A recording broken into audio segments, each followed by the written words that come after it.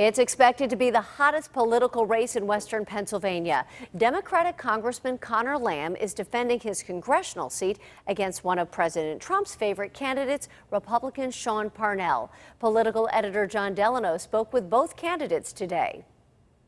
Conor sees himself as a moderate Democrat and longtime supporter of Joe Biden. I think he understands what it's going to really take to build back the middle class and build back the industrial base, the jobs base, the quality of life that we enjoyed in Western Pennsylvania for so much of the 20th century. His opponent, Sean Parnell, is a conservative who was embraced by President Trump before Parnell even announced. I feel like he's a fighter.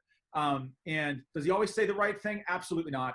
But I think his policies have been good for the country. And by and large, I feel like he has the backs of the people, not just Republicans, but everybody. Lamb is on Biden's energy task force and says he's talked up this region's energy priorities. You know, here in Western Pennsylvania, natural gas drilling is still very prominent.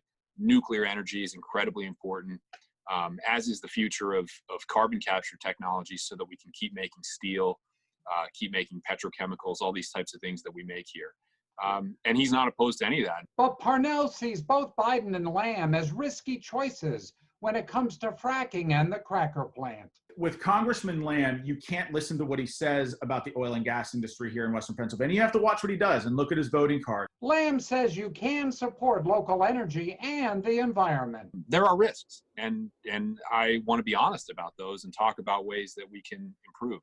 But Parnell says Biden's plan will cost jobs here, requiring retraining. It says the Unity Task Force supports investing in the education and training of unemployed energy workers for jobs in clean energy related industries.